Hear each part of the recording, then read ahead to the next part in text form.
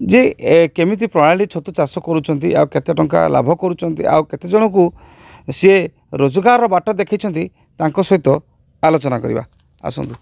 आज्ञा सर्वप्रथम आपन परिचय। नमस्कार, मु विनय भूषण पंडा, तलकिया उपदा, जिला बालेश्वर। आज्ञा ये जो कहे ये केते छतु आप चाष करते बेड? यहाँ 5टा रूम अच्छी तो ए 2500 बेड धरुची प्रत्येक रूम रो।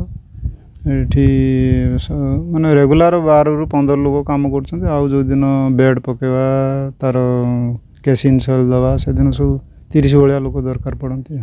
डेली प्रत्येक दिन केते छतु माने हाँ 200 ରୁ 300 केजी एवरेज। ये सब आप जो छतु बाहर ये कौटी कौटी जाऊँगी ये सब आमरी डिस्ट्रिक्ट भितर जाऊँगी केवे केवे भुवनेश्वर कि जो छतु बिक्री करने सेमती किसी असुविधा हो?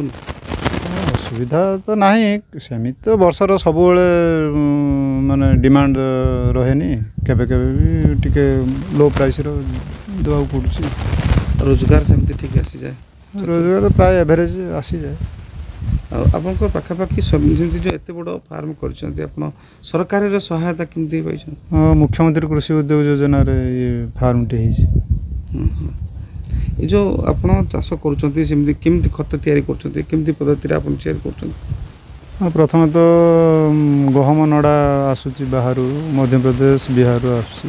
गहम नड़ा को प्रथम 3 दिन भिजे पड़े, तापर कुकुड़ा खत तार जी गहम नड़ा सुखा नड़ा थी तार 50 ରୁ 60 भाग कुकुड़ा खत मिसेकी एक मिश्रण बना जाए। मिश्रण बनला यूरिया पड़ो, एमोनियम सल्फेट भी पड़े, जिप्सम पड़ो और किसी पीडिया पका जाए। तार मिश्रण को भलसे मिश्रण हो सारापर अच्छी तार फेज 1 बंकर अच्छी से 10 दिन से प्रक्रिया चलो। तापर पुणी ताको पाश्चराइजेशन माने बल्क पाश्चराइजेशन चेम्बर अच्छी सेठी पुणी 8 दिन पर खत प्रस्तुत हो जाए। आपन को जो चिंताधारा केमिति आसिला जे छतु चाष करबा जे एई पंथाटा को आपन केमिति आदले?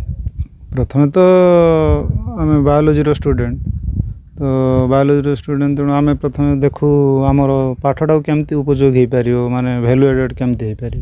आम तो बही भितर सीमित रही हेनी ना, तेणु जार नॉलेज जमती तेणु केमती आम प्रथम छतु मंजी उत्पादन आम आरंभ करूँ। तो सेठू मंजी केमिति प्रोडक्शन कारण मंजीटा ही तार मुख्य मिले ना मंजीटा ये गोटे लैबोरेटरी प्रोसेस। तो तार इंस्ट्रूमेंट सब कि प्रथम मंजी प्रस्तुत कराला। तो सेठू तापर एटा लार्ज स्केल केमिति छतु हो पार से आगे प्रेरणा आसला। सेठू कौ छतु आप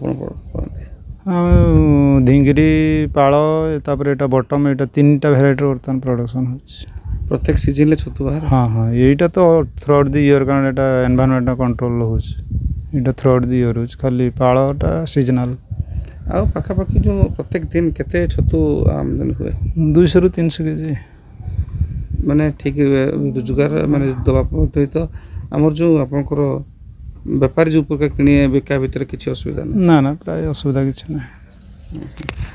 देखिपे भाई को कहवा कथा जे निजे रोजगार करिसंती, निज पाठपढ़ा को विनियोग करिसंती, निजे रोजगार करने सहित नूतन प्रणाली रे केमती छतु चाष करहब केमती निजे रोजगार करने सहित आउ जो लोक अच्छा अंचल लोक अच्छा से किसी रोजगार दौरान